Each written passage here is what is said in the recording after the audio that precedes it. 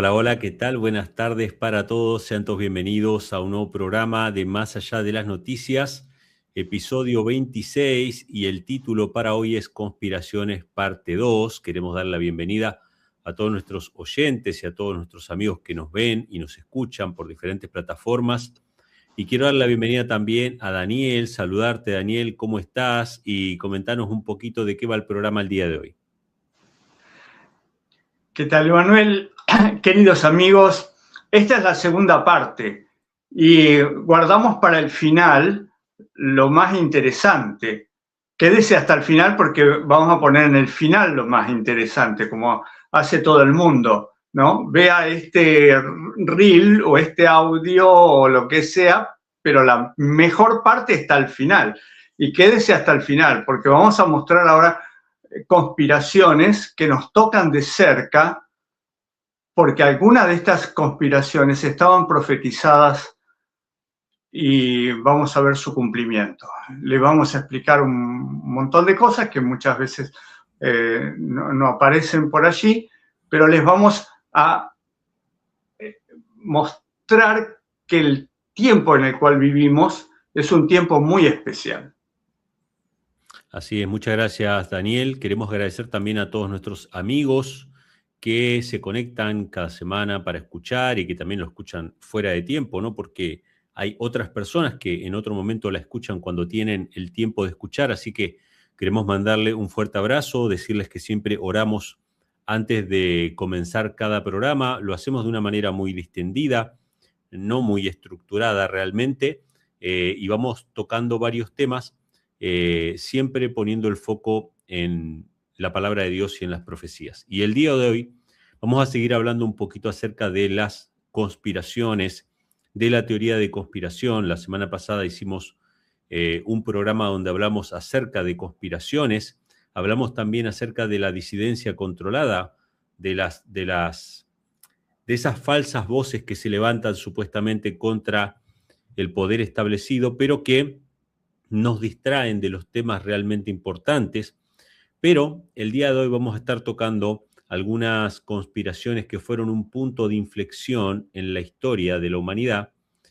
Una de ellas, obviamente, los que han visto un poquito la portada del día de hoy sabrán que hubo momentos que son quiebres en la historia de la humanidad, ¿sí? No voy a meterme a tocar eso porque se lo voy a dejar a Daniel, pero todo el mundo sabe qué estaba haciendo el 11 de septiembre del año 2001. Todo el mundo. Yo me acuerdo, yo estaba ese día trabajando en la iglesia adventista de Garín. Ese lo comento a Daniel, que tenía conocidos por allá. Creo que viviste en Garín también un tiempo.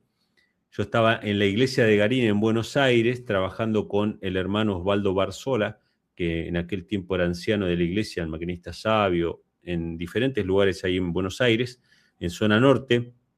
Y yo estaba trabajando, volví y se hablaba, ¿no?, de una avioneta que había, primero se decía que era una avioneta, que parece que había estrellado una de las Torres Gemelas, y después empezó a hablar ya de un avión, y después estuvo el otro avión, y a la semana o a los pocos días, yo creo que todavía conservaba un periódico, me acuerdo, un diario Clarín, no sé si era del día siguiente o de 2 días siguientes, no era mucho tiempo, pero ya aparecía la cara de Bin Laden allí. No sé si fue al día siguiente, pero era poco tiempo, no había pasado mucho tiempo y ya estaba la cara de Osama Bin Laden como el autor de los atentados. Y bueno, todos sabemos, esto más allá de las interpretaciones o de las ideas o de las concepciones que tengamos sobre lo que fue el 11 de septiembre, todos sabemos que fue un antes y un después. O sea, el mundo no fue igual después del 11 de septiembre, así como no fue igual después de Pearl Harbor, así como no fue igual después de la Segunda Guerra Mundial o de la creación de las Naciones Unidas. O sea, siempre hay puntos de inflexión en la historia y yo quiero arrancar diciendo, y yo creo que acá, mira, voy a dar un ejemplo muy sencillo. Voy a abrirme un poquito el corazón acá para contar algunas cosas. Eso no siempre es bueno cuando uno hace un programa abrirse mucho, pero vamos a hacerlo aquí. Yo creo que antes del año 2020 habían algunos loquitos antivacunas o conspiranoicos sobre el tema de la salud y denunciaban la industria de la salud como una industria que obviamente no buscaba necesariamente la salud, la industria farmacéutica, la industria de las vacunas, etcétera, etcétera. Habían unos loquitos por ahí. Y obviamente yo era un loquito. Justamente esta mañana le estaba hablando a mi cuñado de cómo yo tenía un video del año 2018 acá en este canal que se llamaba así, los componentes de las vacunas. Pero no era que lo decía yo, lo decían los propios fabricantes, cuáles eran los componentes. Ese video fue borrado de mi canal y eso fue antes de la pandemia. Ahora, la pandemia del año 2020 fue un punto de inflexión, porque si bien la gran mayoría entró como burro con el cuento, los que ya estábamos un poquito despiertos nos acordábamos de la gripe porcina y de la gripe aviar, nos acordábamos de todos esos intentos, nos acordábamos del Tamiflu, nos acordábamos de un video que yo les diría que fue un video premonitorio, básicamente, que estaba en YouTube, que se llamaba Operación Pandemia. Búsquelo porque tiene que estar todavía, yo no sé si YouTube lo habrá quitado, pero era un video que salió en la época de la gripe porcina por allá, o de la gripe aviar, no me acuerdo de cuál de esos intentos de pandemia salió ese video. Operación Pandemia te mostraba claramente los hilos que iban, ¿no?, desde el poder político de los Estados Unidos a la industria farmacéutica, a los medios de comunicación, y cómo obviamente lo de la pandemia era una pantomima para quitar libertades, vender productos farmacéuticos de por vida, y manipular a la gente, ¿no? Y los intereses eran muy concretos, o sea, no estamos hablando acá de alienígenas, no estamos hablando acá de reptilianos, no estamos hablando de ninguna de esos distractores, estamos hablando del vil metal, del dinero y del poder, ¿sí? O sea, cosas muy, muy terrenales, así que 2 más 2 es 4, no había mucho que ver ahí. Los que estábamos más o menos despiertos con ese tema y sabíamos que cómo funciona el sistema inmunológico, que el sistema inmunológico no funciona aislándose del mundo, todo lo contrario, sino exponiéndose al mundo, que así es como nosotros, de hecho, mira, lo voy a decir de esta manera, estamos hechos de bacterias nosotros prácticamente, tenemos más bacterias en nuestro cuerpo que células en sí mismo. Entonces, sabíamos que lo que estaba comenzando en 2020 era un disparate. Y éramos unos pocos. Pero yo les voy a decir algo. Después de 2 años de encierro, de vacunación prácticamente cuasi forzosa, o de presión sanitaria, de aislamiento social, de gente que no enterró a sus familiares, y bueno, una serie de cosas que no podríamos enumerar. Hasta el día de hoy se están pagando las consecuencias, tanto económicas como de salud. Después de eso, yo les puedo asegurar que ya no son 2 loquitos conspiranoicos los que creen en la conspiración del 2020. Yo leo las noticias de las páginas de noticias más importantes de Buenos Aires, Infobae, Clarín, etcétera. Bueno, las páginas, yo voy leyendo las noticias y sacan un post, ¿no? Después que había pasado ya la pandemia del 22 hasta el 23, 24, seguían publicando que salió una viruela del mono y yo veía los comentarios de la gente. 80, 90% de los comentarios era: dejen de mentir, no les creemos más. O sea que, si tenemos que hablar de teoría de conspiración, tenemos una conspiración muy cercana, hace unos pocos años, donde hubo un intento básicamente de crear una dictadura sanitaria mundial, ¿sí? Y esto no es algo que lo digo yo, que lo dicen 2 loquitos, el mismo Donald Trump se oponía a Anthony Fauci. Hubo una pelea bien fuerte entre estas dos personas de gran influencia en los Estados Unidos, y no por nada pusieron como ministro de Salud a Robert Kennedy Jr., que empezó a sacar vacunas del calendario de vacunación. Empezó a quitar vacunas que antes eran obligatorias, las empezó a quitar del calendario. O sea que tenemos una conspiración acá hace unos años que todo el mundo sabe que la industria farmacéutica estaba vinculada al poder político, el poder político influía sobre los medios de comunicación y nos mentían en la cara.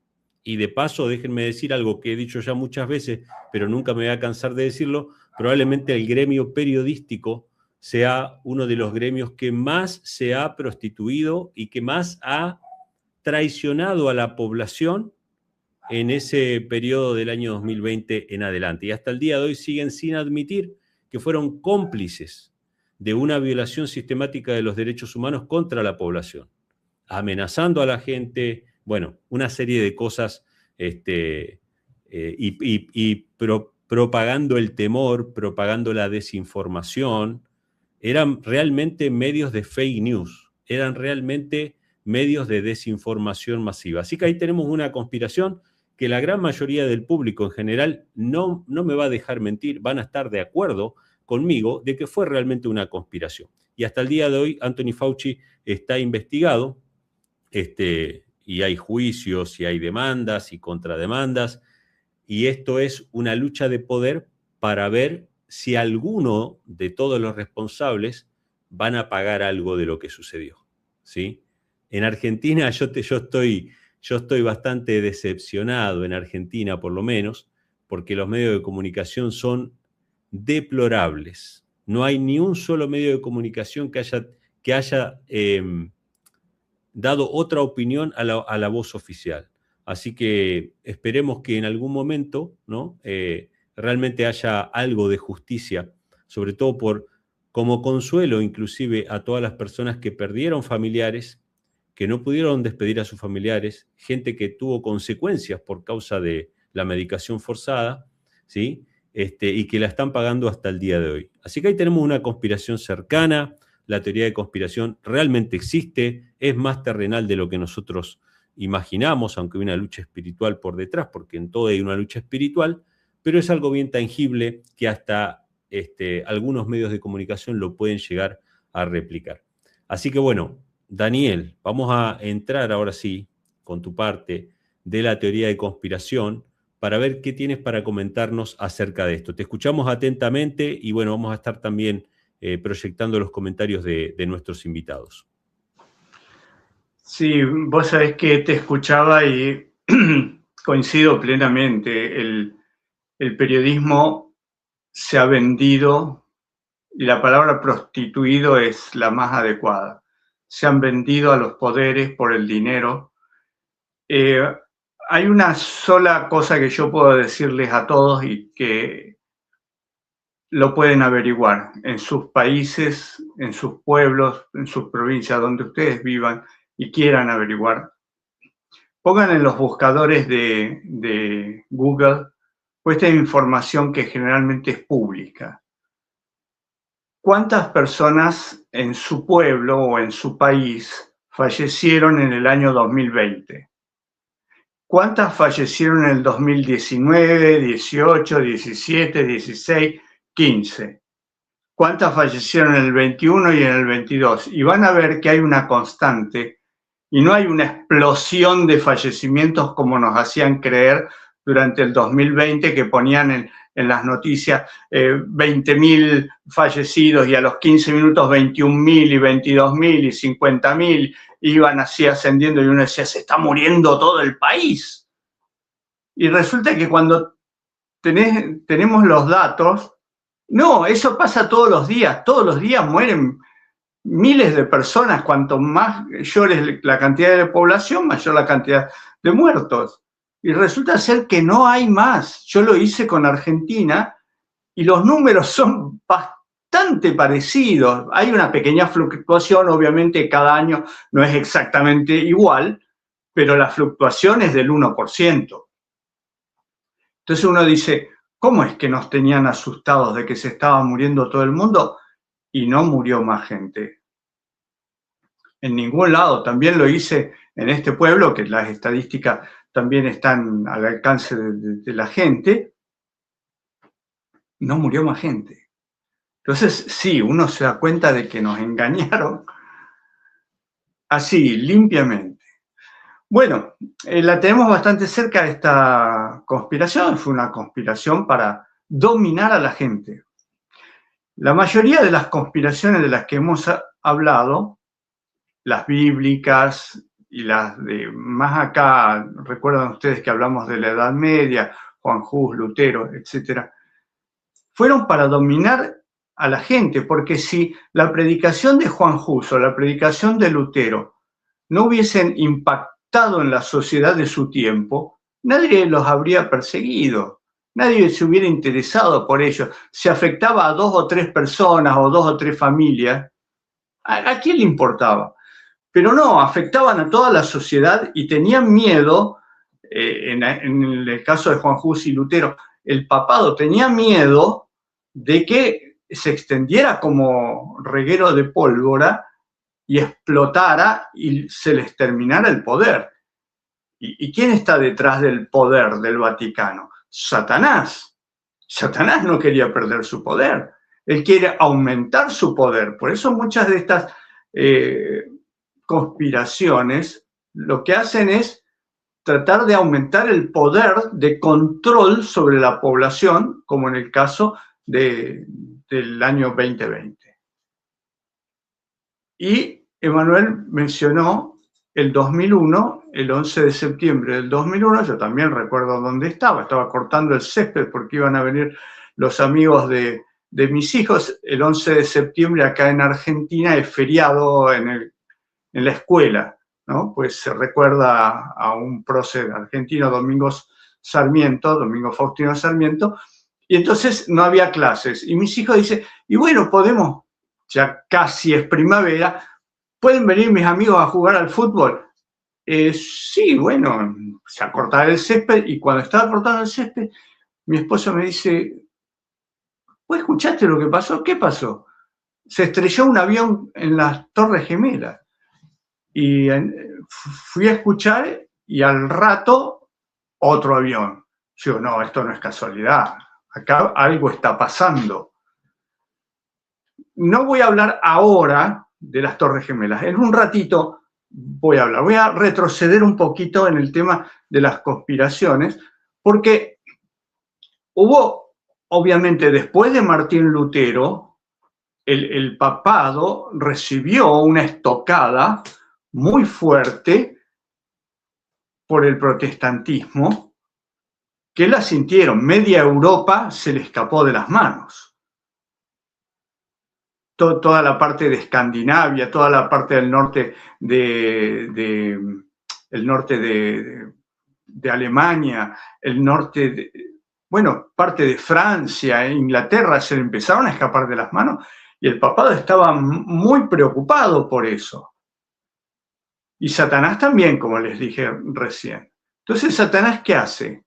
Dice, bueno, el papado ya no me está sirviendo. Voy a levantar otro poder.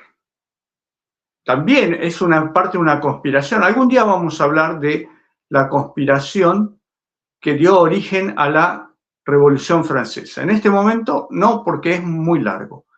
Pero hubo una conspiración que venía después del triunfo de los masones en América, en los Estados Unidos, en la formación de Estados Unidos. Recuerdan que les dijimos la vez pasada, cuando hablábamos de igualdad, de todo eso, los masones de Estados Unidos habían obtenido un gran triunfo ahí, formando una nación que en ese momento era bastante pequeña, las 13 colonias, el este de Estados Unidos, etc.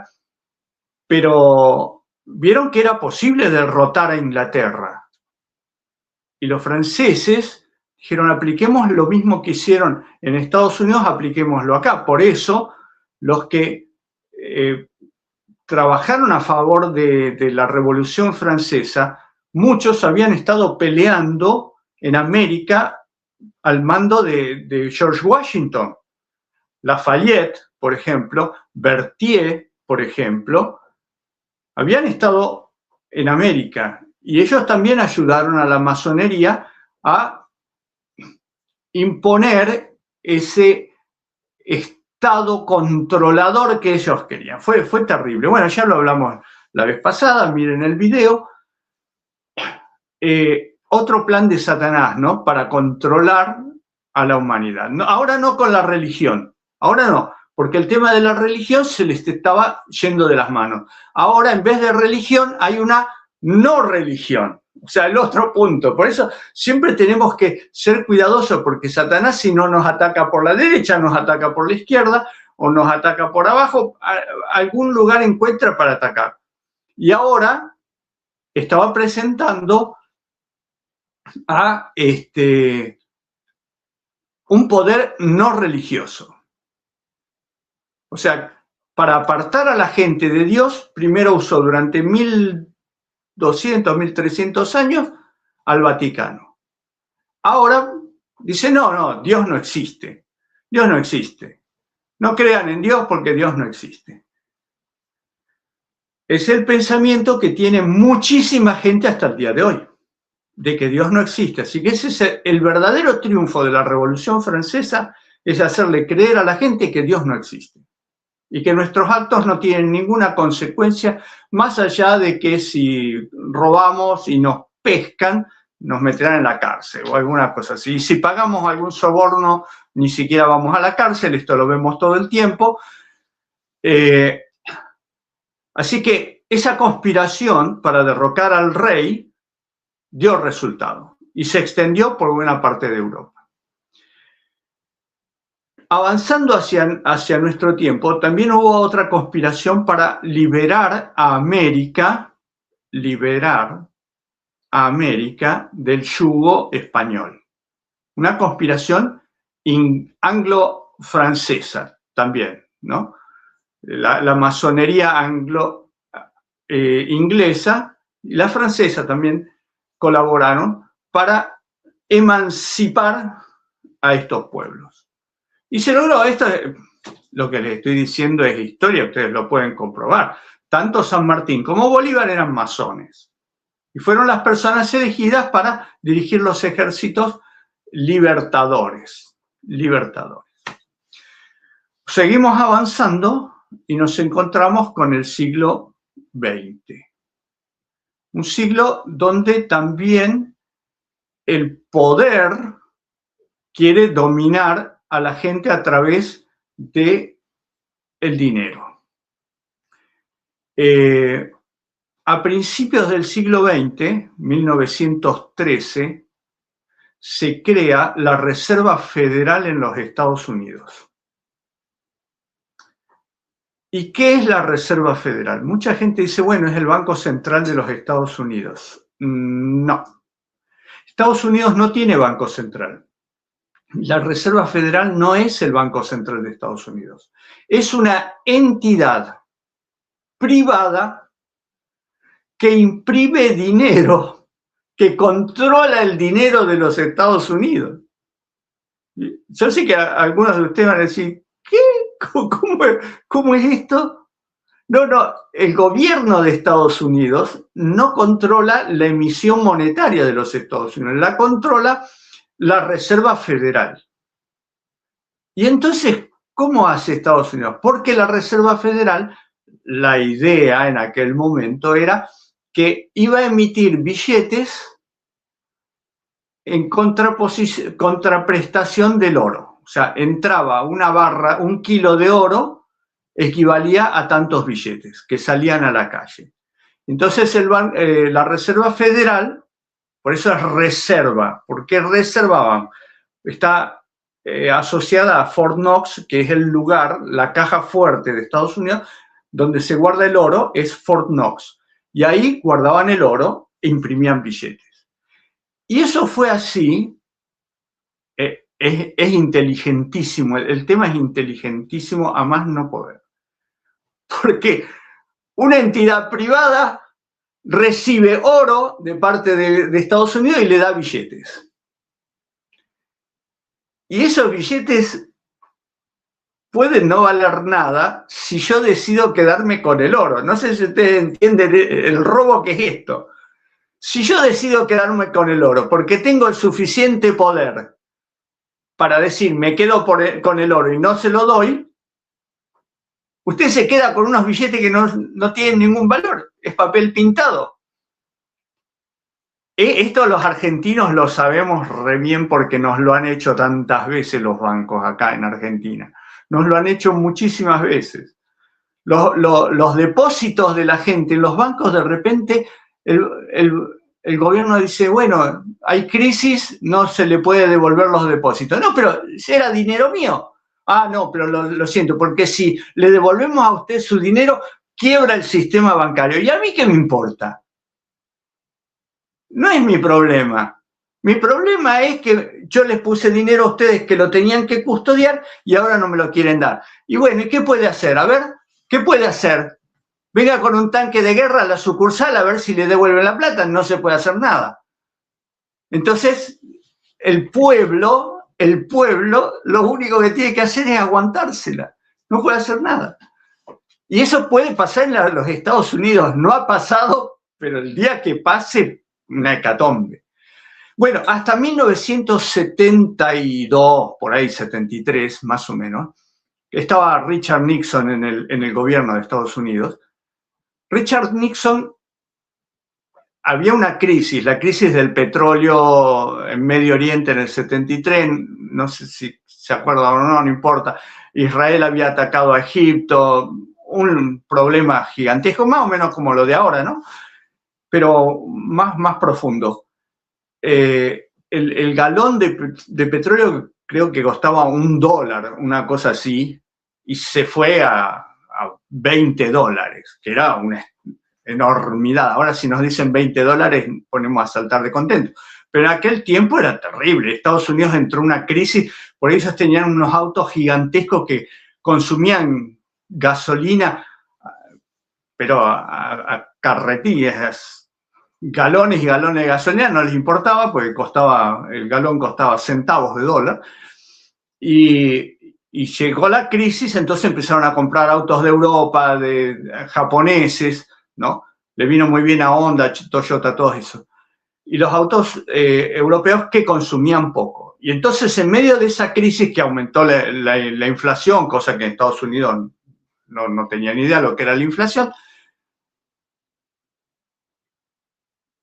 Nixon dijo, en medio de esta crisis, a partir de ahora, los billetes ya no están más respaldados por el oro. Si les gusta, bien, y si no les gusta, también. O sea, ustedes verán cómo hacen. Y la gente dijo, bueno, pero esto es por la crisis. Después, cuando pase la crisis, volvemos al patrón oro. Eso fue lo que dijo Richard Nixon. Adivinen qué. Adivinen qué, pasaron más de 50 años, no volvieron nunca más. Al contrario, el gobierno de Estados Unidos se engolosinó con el tema de esto de seguir imprimiendo. Y ustedes dirán, pero ¿y cómo? A ver, la Reserva Federal no es del gobierno. ¿Y cómo les daba billetes a Estados Unidos sin el respaldo de oro? Porque Estados Unidos les dijo, como no tenemos oro porque hay una crisis, lo que vamos a hacer es les vamos a pagar un interés por los billetes que ustedes nos dan. Ustedes nos dan billetes, nosotros le pagamos un interés. Ese es el tema que todos los años hay, que el director de la Reserva Federal dice, bueno, este año calculamos que le vamos a cobrar 0,25% de interés anual, o lo que sea, 1% de interés anual al gobierno de Estados Unidos. Entonces el gobierno de Estados Unidos se endeuda y se endeuda y se endeuda ad infinitum, para siempre, con papeles. Y lo que la gente tiene son papeles que no están respaldados por el oro. A partir del 73 no hay más respaldo del oro. ¿Y qué pasa con el oro? Y siguen acumulando oro o lo tienen ahí, pero no respalda los billetes.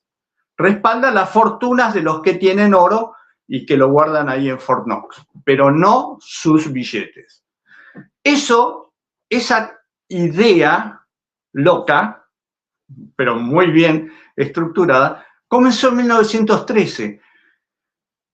Y había mucha gente del gobierno y del Congreso que no quería que ocurriera eso, porque se daban cuenta hacia dónde estaban apuntando los que sí querían la Reserva Federal. Adivinen qué pasó, porque esa idea se implantó en 1913, pero venía, ya hacía como 2 o 3 años que venían presionando y no lograban el consenso en el Congreso para que se aprobara. Entonces, como no lograban en el Congreso, ¿qué pasó con los que se oponían? Que los que mayor oposición tenían eran unos millonarios, bueno, no me acuerdo el nombre ahora, pero eran muy conocidos, que personas de mucho dinero, como si hoy dijéramos Bill Gates o Elon Musk o alguno de esos. Mucho dinero. Adivinen qué pasó. Murieron. 2 o 3 de ellos estaban en el Titanic, que se hundió en abril de 1912. Y otros se suicidaron. Y otros murieron asesinados por fuego. O sea, murieron. Listo. Ahora sí tenemos el control, aprobamos la ley, se creó el banco, la Reserva Federal. Fantástico.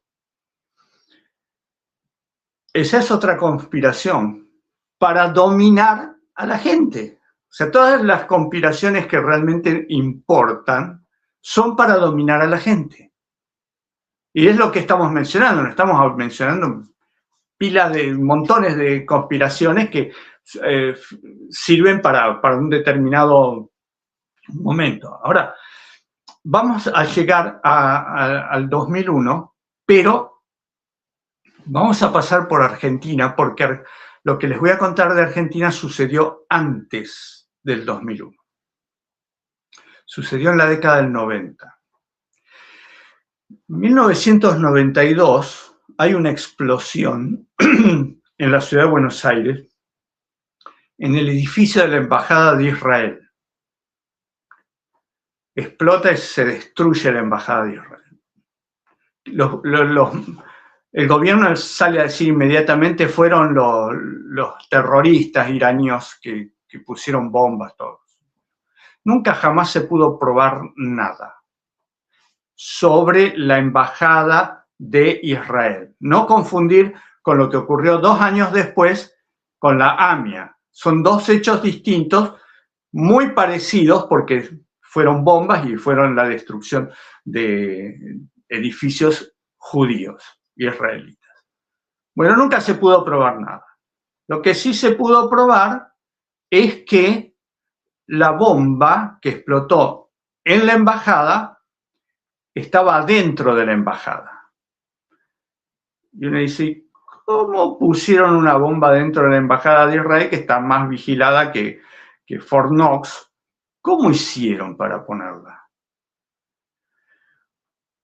Como uno es mal pensado, porque yo soy muy mal pensado, yo sé que las embajadas no pueden tener armas adentro de las embajadas, no pueden tener ningún tipo de arma, ¿no? Las embajadas están custodiadas, pero por la policía del lugar, salvo 2 embajadas. Hay 2 embajadas que sí tienen armas. La embajada de Estados Unidos, que es un fuerte, y la de Israel. Así que algo explotó en la embajada de Israel cuando se estaban haciendo unas refacciones en ese momento en el sótano de la embajada. Y ahí es donde explotó. Usted piense lo que quiere. Ya le digo, nunca se publicó nada de quiénes habían sido, nunca se supo, siempre dijeron los iranios. Ningún acusado, los iranios. Bueno. Pasaron 2 años, 1994. En marzo de 1994 hay una reunión en Buenos Aires de todos los cancilleres de todo el hemisferio americano. Todos los cancilleres van a Buenos Aires, hay una reunión, no digamos secreta, pero bastante restringida. El discurso del canciller argentino dice que es necesario establecer a nivel continental una supersecretaría de seguridad para que no ocurran atentados como el de la embajada, para que no ocurran atentados. Cosa que en Argentina no ocurrían. Ese fue el único en pila de años, montones de años. Hacía como 8 años que no había ningún atentado. Estábamos en un gobierno democrático, Menem era el presidente, y Supersecretaría de Seguridad no sonaba lindo porque Argentina venía de un gobierno militar. O sea, Menem, Alfonsín durante 6 años y anterior de Alfonsín, un gobierno militar que había durado otros 6 años. Entonces, los medios de comunicación, la opinión pública dijo no. Supersecretarías de Seguridad, no. No, porque venimos de un problema de vigilancia que ocasionó muchas muertes. No. Esto fue en marzo. En mayo, viendo que no había consenso y que no iba a progresar el tema de la supersecretaría, el gobierno dice, bueno, está bien, retiramos el proyecto, ustedes verán. ¿Y qué vieron? 2 meses después, ¡pum! Vuela el edificio de la AMIA, ahora sí. La AMIA es una institución argentino-israelí de cooperación, qué sé yo, de todo eso, cultural y todo eso. Bueno, en general civiles, gente descendiente de israelitas, pero también argentinos que no eran judíos. Bueno, mueren 80 y pico de personas, hay como 200 y pico de heridos.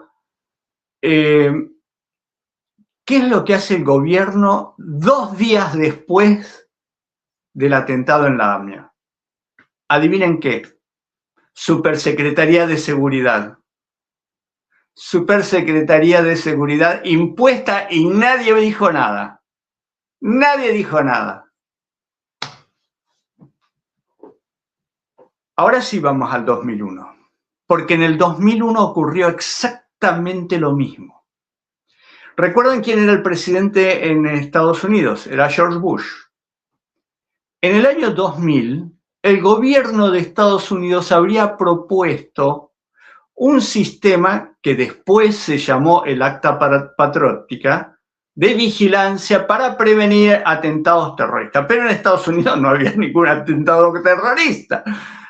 Entonces resulta ser que, calcado a la situación argentina, los medios y la sociedad dijo, no, ¿qué es Supersecretaría de Seguridad? No me acuerdo cómo le llamaban, pero era un sistema así de seguridad, porque la palabra seguridad les encanta a los gobiernos, no porque queremos que ustedes estén seguros.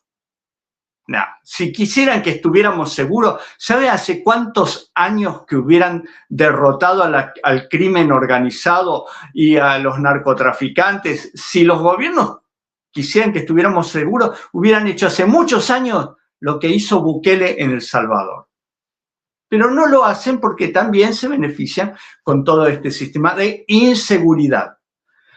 Y así que el gobierno de Bush estaba pidiendo que el Congreso le aprobara este sistema de vigilancia y el Congreso le dijo no.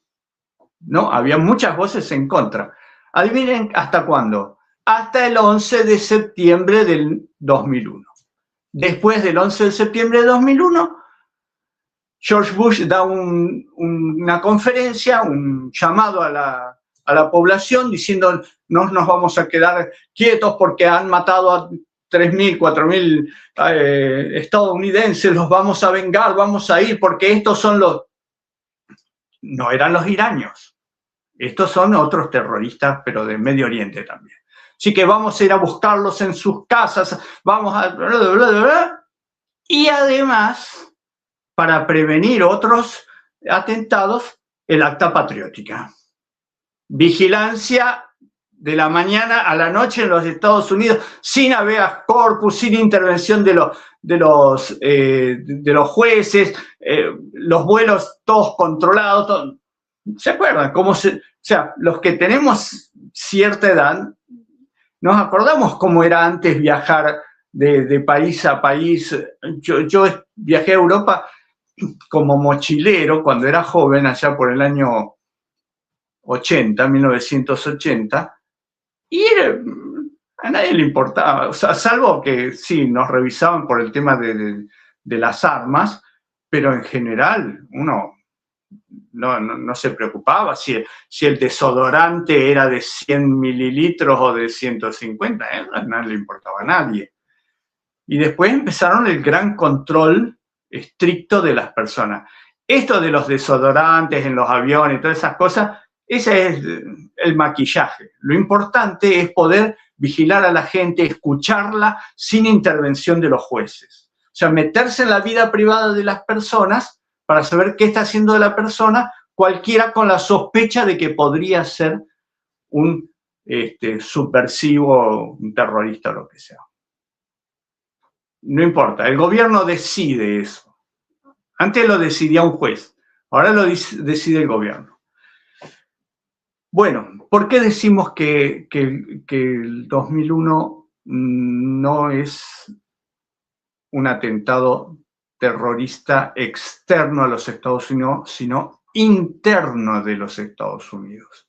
Una bandera blanca, se llaman atentados de bandera blanca cuando se hacen adentro del gobierno.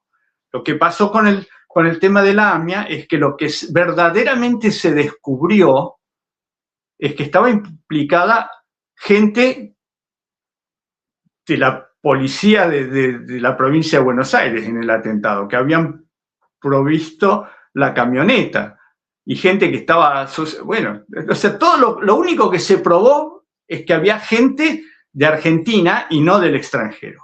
Se los acusó a los extranjeros, que tal vez podrán haber financiado, yo no sé eso, pero los iraníes dijeron, no, nosotros qué tenemos que ver, ¿no? Generalmente cuando alguien hace un atentado es por alguna razón y lo reivindica. Y dice, lo hicimos por los pobres en Gaza o en Palestina o donde sea.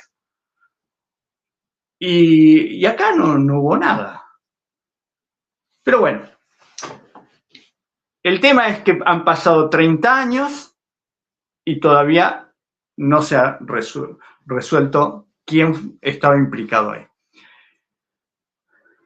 Murió un fiscal, el fiscal Nisman, en Argentina, cuando él estaba por presentar una serie de documentos y pruebas que veían que implicaban al gobierno de Cristina Kirchner. Murió, de repente se suicidó.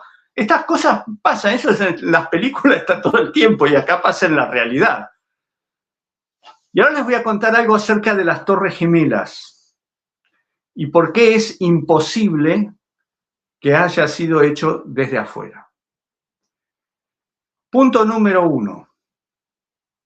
Las Torres Gemelas y todos los edificios altos del mundo, todos los edificios altos del mundo, están preparados para un accidente de aviación.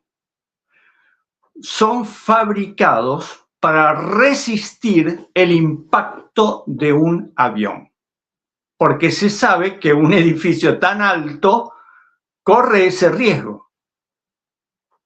Es más, antes de que las Torres Gemelas fueran los edificios más altos del mundo, en el 2001 ya no lo eran, había otros edificios más altos, pero antes de que las Torres Gemelas fueran los edificios más altos del mundo, en Nueva York había otros edificios altos, el Empire State y el edificio Chrysler. El Empire State sufrió a lo largo de su historia 2 impactos de aviones. ¿Se derrumbó? No. Se incendiaron, donde chocó el avión hubo un incendio, pero porque el Empire State también estaba preparado para el impacto de un avión. Y las Torres Gemelas también. ¿Pero qué pasó con las Torres Gemelas? Primero, no es fácil impactar en un edificio, menos con esos aviones gigantescos, tecnificados totalmente para justamente no chocar contra algo. Pero bueno, chocaron, algo chocó contra las Torres Gemelas y se incendiaron y se vinieron abajo hasta el piso, así como le estoy haciendo. Tardaron 3 segundos en venirse abajo. Primero estuvo como 1 hora y algo quemándose ahí arriba y después de repente empezaron a caer. En 3 segundos. ¿Cómo pasa eso? Si el incendio fue allá arriba, ¿qué pasó con los pisos inferiores? Todas las filmaciones muestran que los pisos inferiores, mientras segundos antes de que se cayera, en los pisos inferiores empezaban a salir como unas explosiones y los bomberos también dijeron, nosotros escuchamos explosiones en los pisos. Por eso salimos, porque había explosiones en todos los pisos. ¿Y cómo hubo explosiones en todos los pisos? Esas son cargas de demolición controlada. Los dos cayeron exactamente igual. ¿Y saben qué? Otra cosa. En toda la historia de los edificios altos, de los rascacielos, hubo 8 o 9 incendios por distinto tipo de accidentes, todos en los pisos superiores. ¿Cuántos de esos 8 o 9, no recuerdo exactamente si eran 8 o 9, pero bueno, cuántos se vinieron abajo? 2. Las Torres Gemelas. Ninguno de los otros edificios se vino abajo. ¿Y esto qué quiere decir? ¿Que las Torres Gemelas estaban mal construidas? No. Estaban preparadas para venirse abajo. Y ahora les voy a dar otro dato más. Las Torres Gemelas tenían que ser demolidas. ¿Por qué? Porque las Torres Gemelas fueron construidas e inauguradas en 1970. Antes de esa época, los revestimientos de aislación de todos los edificios en Estados Unidos tenían un compuesto que se llama asbesto, que muchos años después se comprobó que era cancerígeno. Entonces se le dio un tiempo a las Torres Gemelas que estaban recubiertas por dentro con asbesto para que lo quitaran. ¿Cuánto tiempo se le dio? 20 años.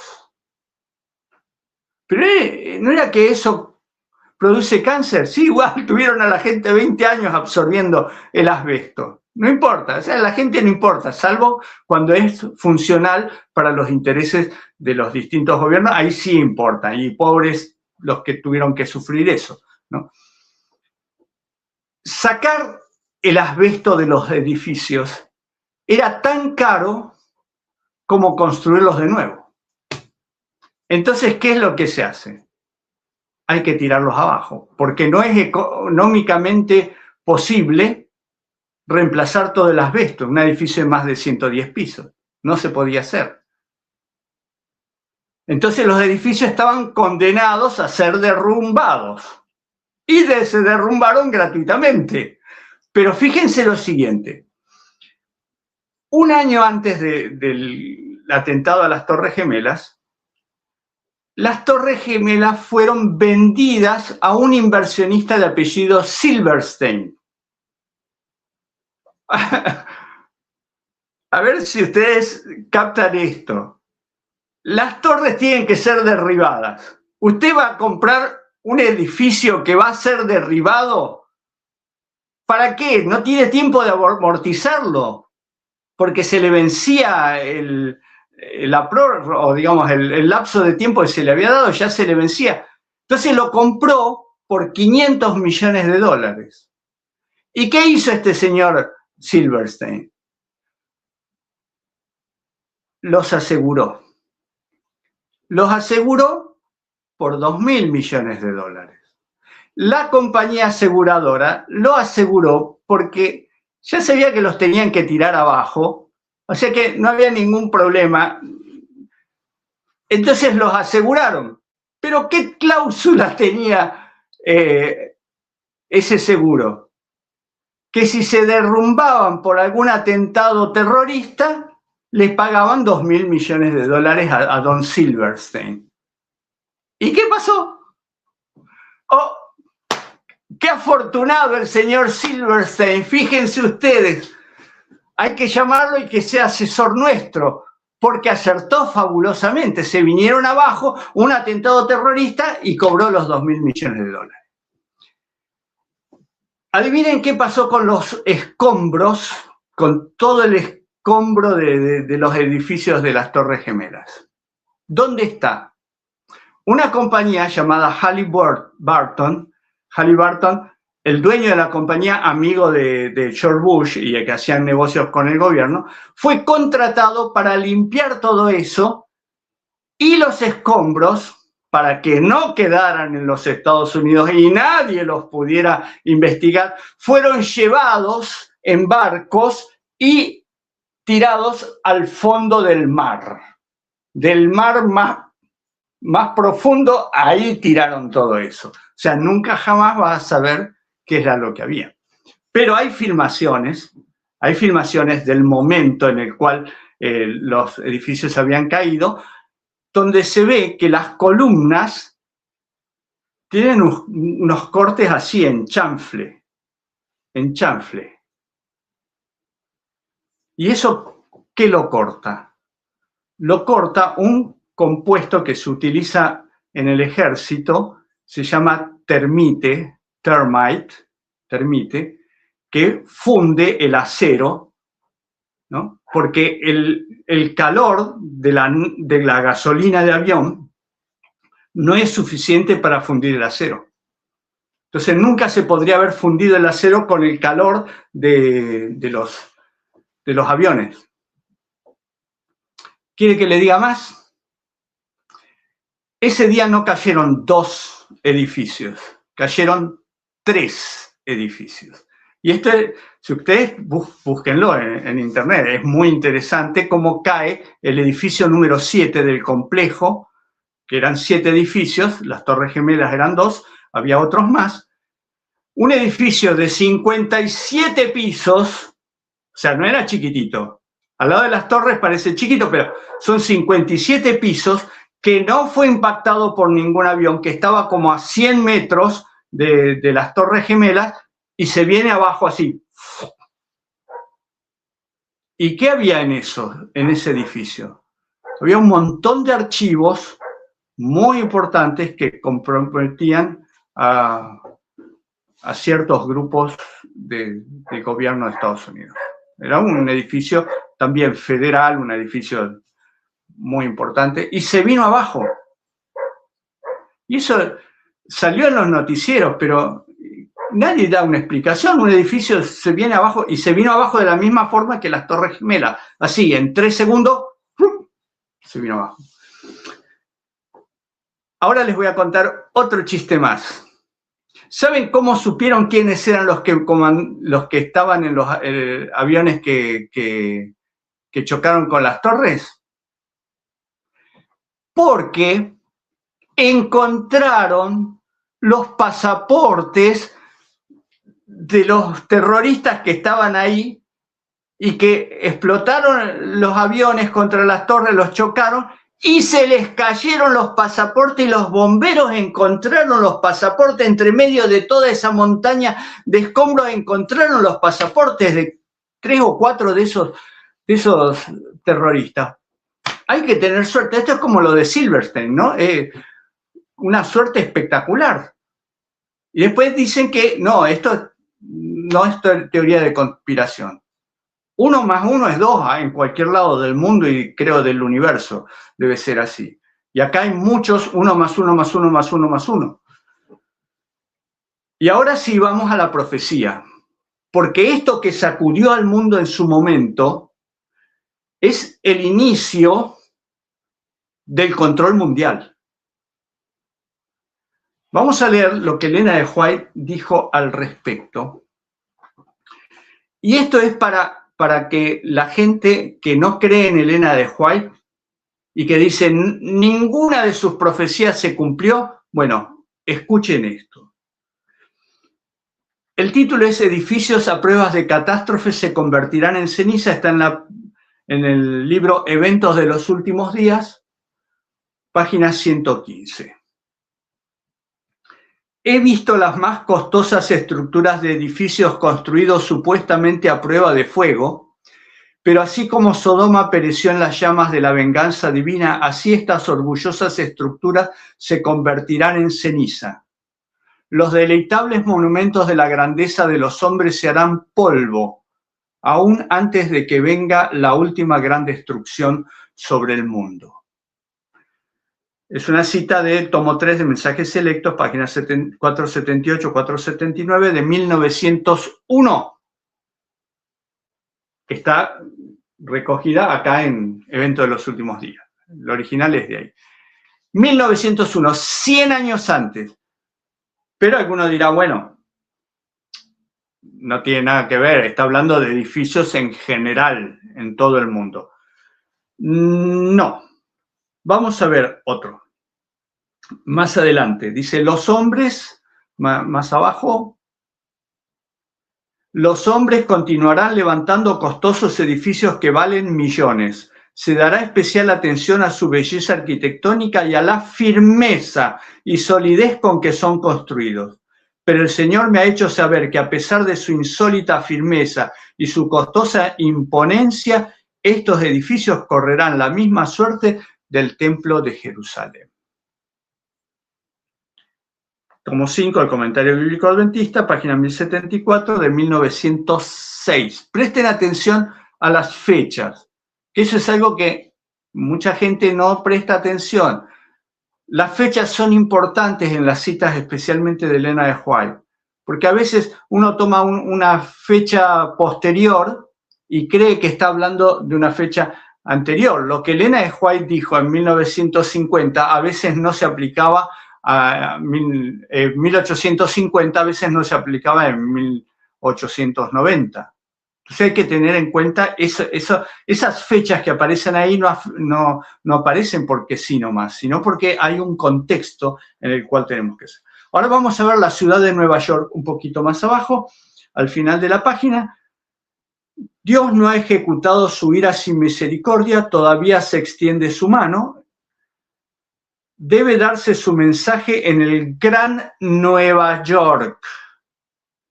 Acá está mencionando una ciudad. La gente debe ver cómo Dios, por un toque de su mano, puede destruir las propiedades que han reunido para enfrentar el último gran día. Este es de 1902.